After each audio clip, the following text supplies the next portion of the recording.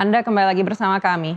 Penjualan rumah subsidi tahun ini masih menghadapi tekanan. Hingga pertengahan Juni, realisasi penyaluran melalui skema Fasilitas Likuiditas Pembiayaan Perumahan atau FLPP baru mencapai sekitar 22% dari target pemerintah. Data menunjukkan penjualan rumah subsidi baru mencapai 77.532 unit. Angka ini turun sekitar 32% dibandingkan periode yang sama tahun lalu. Dan masih jauh dari target 350 unit pada tahun ini. Pelaku industri menilai melemahnya daya beli masyarakat menjadi penyebab utama perlambatan penjualan rumah subsidi. Di sisi lain, kenaikan harga material bangunan juga semakin menekan margin pengembang yang memiliki ruang terbatas untuk menaikkan harga jual. Di tengah kondisi tersebut, pengembang terus berupaya meningkatkan daya tarik rumah subsidi. Mulai dari memperbaiki kualitas hunian hingga menghapus stigma bahwa rumah subsidi tidak layak ditempati. Dan untuk mengulas seperti apa kondisi sektor properti saat ini, rekan kami Ellen Gracia akan mengulasnya bersama dengan Dedi Indra Setiawan, Ketua Umum Asosiasi Pengembangan Perumahan dan Permukiman Seluruh Indonesia atau APERSI, dalam segmen Zona Cuan.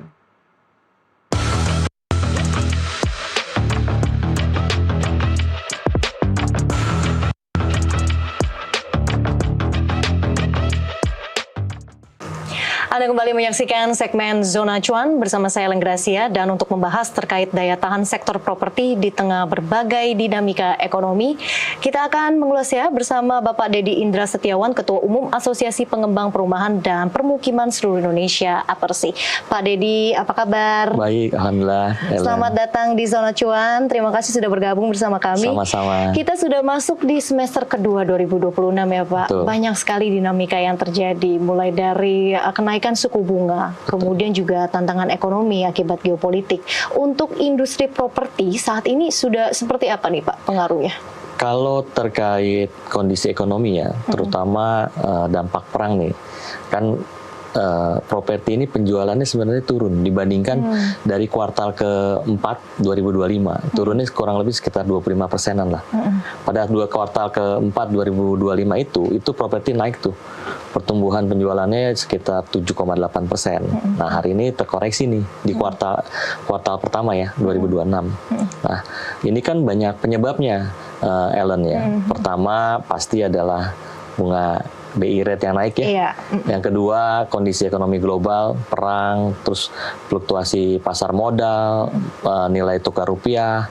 Yang terakhir kan ekonomi masyarakat kan belum pulih sepenuhnya, seperti itu. Jadi soal daya beli ya Pak ya, daya beli masyarakat ini yang juga menjadi perhatian, terutama untuk sektor properti perumahan. Ini kan punya multiplier effect juga ke perekonomian kita. Karena ada 40 industri turunannya. Iya, ada 40 industri turunannya. Ya. Sejauh ini seberapa besar sih Pak kontribusi sektor properti dalam mendukung perekonomian kita, walaupun saat ini juga kondisinya daya beli masyarakat ini juga sedang lesu? Sebenarnya kan kalau melihat asta cita Pak Presiden kan, properti itu diharapkan menyumbang 2% pertumbuhan ekonomi kita, targetnya. Tapi dengan kondisi hari ini ya belum tentu tercapai ya, sekitar 2% pertumbuhan ekonomi.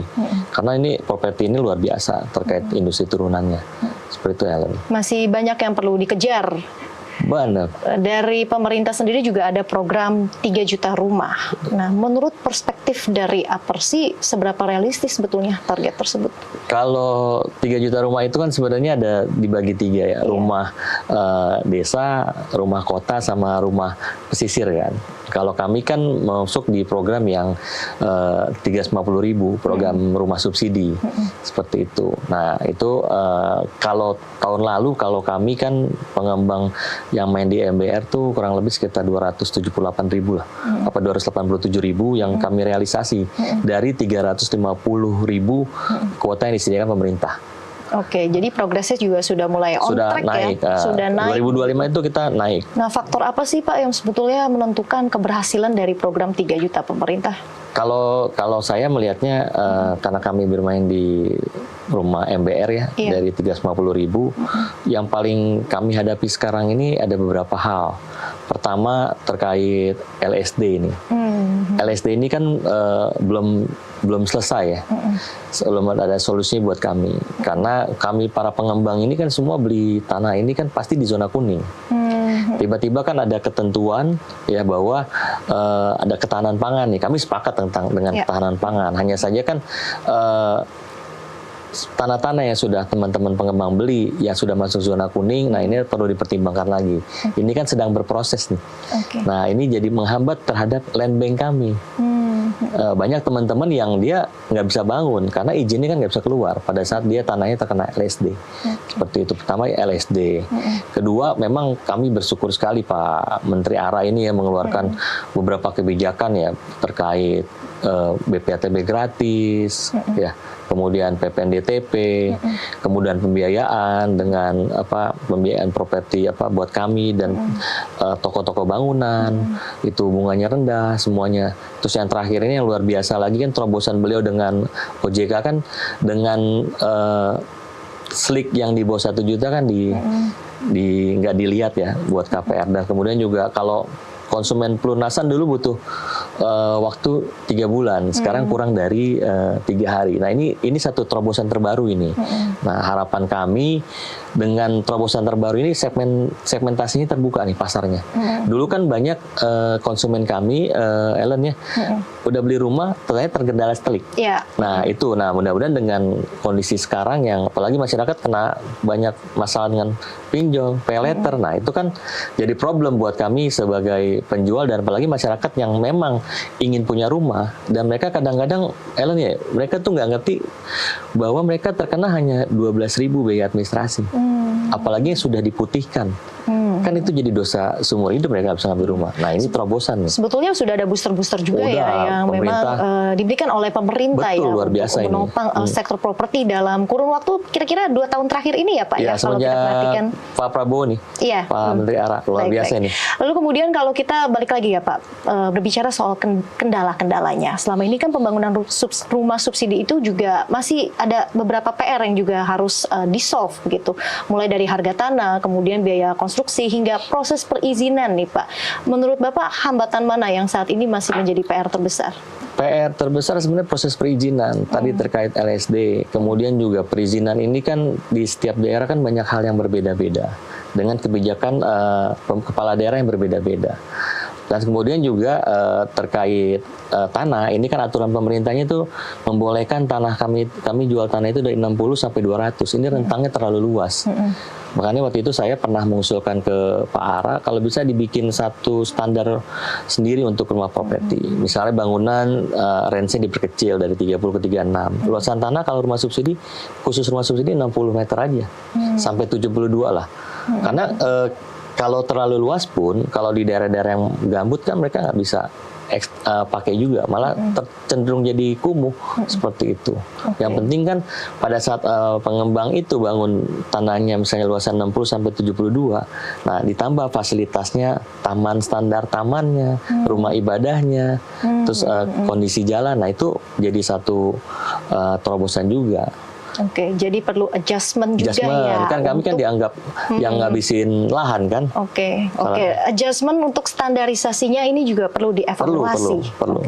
Itu belum berubah dalam. Oke, itu belum berubah tapi diharapkan bisa berubah. Diharapkan berubah. Oke, baik. Dengan kondisi saat ini juga Pak, kalau kita berkaca dari kondisi makroekonomi, dari kurs dolar Amerika Serikat, ini kan juga sudah mendekati Rp18.000. Kemudian pastinya ada kenaikan dari sisi operasional, dari harga BBM misalnya, dari harga energi. Sudah sejauh mana nih Pak dampak yang paling terasa itu di bagian yang mana? Yang terasa itu memang pada saat kami membangun, material itu naik hampir 10-15%. Nah, ini terasa Pak bagi kami, terutama para pengembang subsidi. Bagaimana rumah subsidi itu kan tidak terjadi eskalasi ya. Saya yakin pemerintah juga tidak akan melakukan eskalasi karena ini bukan kebijakan yang populer. Sedangkan material ini terdorong kan, dorong naik. Nah, khusus yang di Jawa Barat itu kenanya 2 kali, ya kan? Karena pada saat kebijakan gubernur ya, tambang-tambang ditutup itu. Pengembang di Jawa Barat itu sudah terkena dari material alam. Tambah lagi sekarang yang terkait kondisi ekonomi global. Jadi mereka terkena kontraksi 2 kali. Nah, di kuartal pertama 2026 ini harga material ini sudah naik seberapa besar Pak? Kalau hitungan kami 10-15%. 10-15%. Ya. Dan ini juga turut membebani daripada margin pasti. Juga? Jadi kami ya para pengembang ini, kami ini harus beradaptasi kan. Jadi kami harus tetap membangun, kan kita harus merah putih nih, membangun untuk masyarakat kan, rumah masyarakat. Tapi kami melakukan efisiensi cost segala macam. Yang hari ini kan yang survive itu bukan yang dulu growth ya, bicara luas lahan, sekarang efisien menurut kami. Oke, dengan strategi efisiensi ini bagaimana strategi dari para pengembang juga untuk memastikan bahwa di lapangan ini kualitasnya juga tidak berpengaruh ataupun juga terganggu gitu Pak? Kalau kami kan ada standar, Iya. Ellen ya, ada standar besinya, diameter besi, terus tipe konstruksinya, semua itu ada standar dari PU. Dari Kementerian PUPR dulu ya. Nah kami itu wajib mengikuti itu karena ada inspeksi. Nah kalau dilihat hari ini rumah subsidi itu sudah makin membaik. Apalagi waktu Pak Menteri Ara awal-awal menjabat itu kami semua disidak. Jadi itu ketahuan tuh Pak Menteri itu bisa tahu tuh Kementerian PKP itu ada oknum pengembang nakal ya gitu ya. Yang memang mereka ya secara konstruksi mereka tidak sesuai itu sudah tangkap-tangkapin sama Pak Menteri itu. Jadi sangat detail ya. Sudah ada SOP-nya begitu ya Pak. Sudah. Nah, apakah sempat dengan adanya tadi ya dari sisi material ini juga sempat mempengaruhi ataupun juga mengganggu dari pelaksanaan proyek? Kalau kenaikan pasti. Iya. Karena kan kami sampai hari ini nih kalau kita mau membangun itu pasti perhitungannya beda dengan kita membangun yang 2 bulan yang lalu, gitu. Setiap membangun kami pasti hitung lagi apakah ada kenaikan lagi atau tidak. Nah, yang paling penting adalah nih teman-teman pengembang itu melakukan kontrak jangka panjang dengan supplier-suppliernya bahwa materialnya kita ikat sekian. Tapi kan tidak semua supplier mau ya. Kita bicara sampai rentang 2026 kita beli baja ringan dengan harga flat, mereka juga kan nggak mau. Seperti itu. Oke. Dan kita juga melihat juga ya saat ini dari kemampuan masyarakat dalam membeli rumah, khususnya untuk pembeli rumah pertama, mungkin untuk generasi-generasi muda seperti generasi Z ataupun millennials. Menurut Apersi sendiri melihatnya kemampuan masyarakat saat ini dalam membeli rumah itu sudah seperti apa Pak? Nah, kan daya beli masyarakat turun. Terus juga kemarin Kementerian bekerja sama dengan instansi lain membuat satu aturan yang bahwa KPR itu bisa 40 tahun. Nah ini kan untuk menjangkau desil-desil yang masyarakat berpenghasilannya buat dia rasio ngambil KPR itu nggak cukup. Jadi dengan 40 tahun itu sebenarnya jangka panjang otomatis angsurannya turun nih. Dari 1,1 biasanya bisa jadi 700.000 per bulan gitu. Nah ini bisa menambah pasar lagi sebenarnya. Dan tinggal masyarakat tinggal cermat aja kan, 40 tahun pada saat dia punya uang dia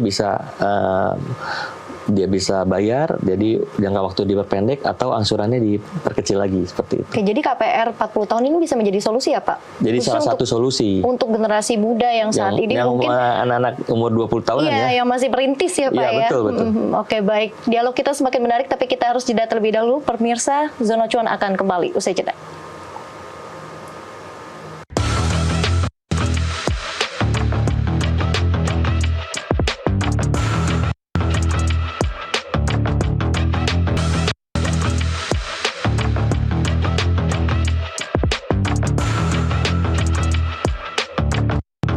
Dan Anda kembali di segmen Zona Cuan, kita masih membahas soal daya tahan sektor properti di tengah berbagai tantangan dinamika ekonomi. Pak Dedi, kita lanjutkan kembali. Ini kan suku bunga BI sudah naik di level 5,75%. Banyak sekali yang memang merasa saat ini jadinya untuk KPR ini jadi cicilannya semakin berat nih Pak. Mungkin bisa dijelaskan saran ataupun tips apa yang bisa diberikan kepada masyarakat soal cicilan KPR ini? Nah, kalau kenaikan BI rate ini kan berdampak langsung pada saat orang yang mau membeli sekarang. Tapi ada juga masyarakat yang sudah membeli KPR, sudah ngambil KPR nih, nanti dia berdampak pada saat kan ada yang bunga fix 3 tahun, 1 tahun pada saat nanti dia fixnya sudah selesai nih langsung naik kan. Iya. Nah, sebenarnya kalau tips buat para calon pembeli sebenarnya jangka waktunya perpanjang aja. Jadi kan kita bisa, apalagi anak-anak Gen Z ini bisa 40 tahun, panjangin aja nggak apa-apa, sampai 30 atau 40 tahun. Memang perbankan sih sebenarnya jarang ya, memberi 30 tahun itu jarang ya. Iya. Rata-rata tuh 15, paling top tuh 20 tahun. Nah kalau bisa seperti itu otomatis, tapi otomatis kan cicilannya kecil nih. Nah kemudian mereka juga kan biasa kan, kalau kita kerja dapat bonus akhir tahun gitu ya. Nah ini triknya jangan dipakai buat jalan-jalan dulu, itu digunakan untuk membayar pokoknya. Jadi pokoknya kita bayar sebagian, itu bisa dengan cara jangka waktu kreditnya diperpendek atau angsurannya diperkecil. Nah itu jadi lumayan membantu itu. Itu tipsnya ya, harus ada alokasi dana juga. Betul. Betul. Nah, tapi akhir-akhir ini kan memang KPR kan jadinya memang sedikit ada perubahan begitu ya, dengan adanya kenaikan dari suku bunga BI. Nah, apakah ini juga sedikit banyak telah berpengaruh juga terhadap daya beli dan juga minat masyarakat dalam membeli rumah? Pengaruh sebenarnya. Pengaruh bahwa masyarakat kan hitung bahwa ini bunga naik nih. Biasanya dia awal mau beli angsuran sekian, karena naik dia tambah naik kan. Tapi biasanya bank kan punya trik sendiri, perbankan itu dengan fix 3 tahun tuh sebenarnya bunganya lebih baik tuh, atau 1 tahun. Nah itu bunganya lebih rendah dibandingkan dia yang mengikuti fluktuasi. Nanti dia kenaikan pada saat dia ikut bunga pasar. Sebenarnya kalau program-program perbankan sekarang tuh lebih kreatif, dia ada bunga di depannya tuh diperkecil sama dia. Oke, dari sisi akses pembiayaan juga ya Pak ya, dari proses mendapatkan KPR saat ini masih tidak nih menjadi tantangan juga untuk masyarakat? Oh tantangan sekali ini, terutama yang MBR nih, MBR luar biasa nih, masyarakat nih mau ngambil rumah subsidi, itu formnya luar biasa banyak banget, Ellen ya. Formnya banyak yang dia harus isi, kemudian materinya bisa sampai 40. Mereka harus menyiapkan. Ini kan harusnya pemerintah ini membuat hal yang simple, ya kan? Ini kan udah jelas bahwa yang diberi subsidi itu kan masyarakat ya. Nah, perbankan mengevaluasi si fulan ini cocok gak, sesuai gak dengan kriteria MBR. Nah pada saat masuk, tapi begitu dia sudah lolos verifikasi, ya kan? Nah itu persyaratannya banyak sekali. Nah jadi sepertinya seolah-olah ini jadi satu problem. Kelengkapan berkasnya jadi banyak kan, seperti itu. Harusnya dibuat terobosan, dikurangilah kelengkapan KPR buat masyarakat. Jadi lebih dipersimpel aja. Simpel aja gitu. Apa sih yang paling kritis? Slik OJK iya masuk, itu data pribadi masuk. Gitu. Jangan sampai nanti surat pernyataan belum punya rumah, bla bla semua. Itu kan tambah banyak kan, terlihat jelas bahwa begitu kita ngelihat slik kelihatan kan. Perbankan juga bisa ngecek si konsumen ini sudah pernah ngambil rumah atau belum. Oke, dalam beberapa tahun terakhir ini yang biasanya yang tidak lolos dalam proses verifikasi dan juga persyaratan untuk MBR ini misalnya itu di bagian yang mana? Sebenarnya yang banyak yang tidak lolos itu terkait slik. Korban-korban pinjol dan paylater. Tapi kan tadi saya sebut ada kebijakan kan dari pemerintah. Mudah-mudahan ini bisa langsung jalan dari OJK nih. Oke, jadi tinggal tunggu tanggalnya aja ya. Harusnya kan sudah di launching kemarin. Sudah di launching, jadi akan segera harusnya mungkin. Sudah jalan harusnya. Baik, sudah jalan. Nah, kita ke kebijakan lainnya nih Pak, insentif PPN-DTP untuk sektor properti. Sejauh ini kebijakan ini sudah cukup membantu juga tidak untuk menggerakkan pasar properti? Sangat membantu, karena kan PPN-DTP ini kan lumayan kan, 11% ya, mengurangi cost dari konsumen untuk membayar PPN. Nah, tapi kan kuotanya sekarang tuh tahun ini 40.000. Mudah-mudahan di tahun depan sesuai janji Pak Menteri Keuangan ya dipersiapkan lagi kuotanya. Jadi kami yang kan itu apalagi kan berlakunya pada saat rumah serah terima ya. Jadi pada saat teman-teman pengembang itu yang menjual di bulan-bulan November, Desember yang sedang membangun, nanti ada kepastian bahwa di 2027 itu jelas PPN DTP berlanjut dengan adanya alokasi anggaran di APBN gitu. Oke, dan masih soal daya beli juga dari kondisi ekonomi saat ini. Jadinya apa nih Pak sebetulnya strategi yang juga dilakukan oleh teman-teman dari pengembang juga dalam menjaga momentum penjualan rumah dan juga properti di sisa akhir tahun 2026 ini? Sebenarnya kami ini pengembang ini yang tadi kami sebut ya, harga material naik seperti itu. Jadi kami itu harus adaptif ya. Adaptif juga teman-teman ini sekarang, teman-teman pengembang ini sudah mulai bicara perumahan itu bukan lagi bicara tentang konsep rumah seperti apa, tapi sekarang kita Gen Z ini kita menjual gaya hidup. Jadi kalau tinggal di perumahan ini, ya kan, udah ada tempat coffee shop, ini tempat bermain anak. Nah itu jadi satu hal yang dikedepankan sama teman-teman. Bukan bicara rumah tipenya seperti ini. Nah ini udah masuk konsep seperti itu. Nah kami juga dengan banyak permasalahan perizinan, kami ini harus ekstra keras juga bahwa bagaimana izin itu cepat selesai segala macam. Terobosan-terobosan itu udah luar biasa sebenarnya dari pemerintah. Apalagi buat MBR, PBG digratiskan, BPHTB itu perjuangan luar biasa ya. Dan luar biasa perjuangan Pak Menteri PKP dan Pak Mendagri ini luar biasa. Karena kami juga paham bahwa di Pemda itu untuk melepas BPHTB gratis itu mereka sebenarnya mau dan tidak mau. Karena PAD mereka kan. BPHTB PAD mereka. Iya. Sedangkan seperti Ellen tahu bahwa dana transfer dari pusat kan berkurang. Iya. Bagaimana pemerintah daerah membangun? Nah, apalagi daerah yang mereka kehidupan ekonomi dari APBD. Ini kan berpengaruh terhadap daya beli masyarakat, ekonomi masyarakat. Seperti itu sebenarnya. Tantangannya mau kasih atau enggak gitu kan. Sudah ada terobosan-terobosan juga Betul. yang memang diberikan ya dalam beberapa tahun terakhir ini. Tapi di sisi lain juga nih Pak, kalau kita melihat dari faktanya, Indonesia ini kan menghadapi backlog perumahan yang juga cukup besar. Menurut Bapak apa yang sebetulnya bisa menjadi solusi agar nantinya tuh memang masyarakat ini bisa memiliki rumah dan juga proses pembangunan rumah tadi ya dari proses perizinan ini juga bisa lebih lancar dan optimal lagi. Nah, kita kan selalu bicara nih backlog 9 juta sekian gitu ya, Ellen ya. Tapi kan tidak punya data akurat by name by address. Di daerah mana misalnya di kelurahan ini backlognya rumahnya berapa sih? Jadi kami ini pengembang itu nggak salah beli lokasi. Jadi kami tahu, oh misalnya di kabupaten ini backlognya sekian ratus ribu. Gitu. Nah jadi kami tahu, oh berarti kami para pengembang ini menyiapkan rumah hanya seperti itu ya. Plus tambah nanti angka pertumbuhan penduduk kan, yang nanti mereka usia 20 ke atas mereka beli rumah. Nah itu kan kami berhitung di situ. Nah makanya sekarang hari ini kan ada survei sensus.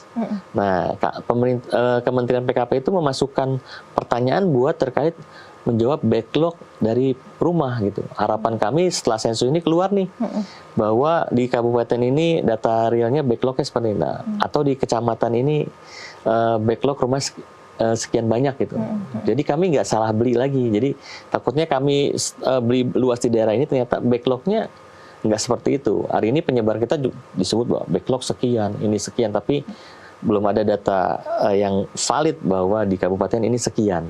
Oke, jadi sebetulnya perlu validasi juga dong data dengan stakeholder terkait juga ya. Betul, tapi sekarang lagi sensus kan? Lagi sensus juga. Betul. Nah, jawaban masyarakat nih kalau mereka menjawab dengan kondisi apa adanya nih, data ini bisa kami minimal datanya mendekati lah, kami tahu gitu.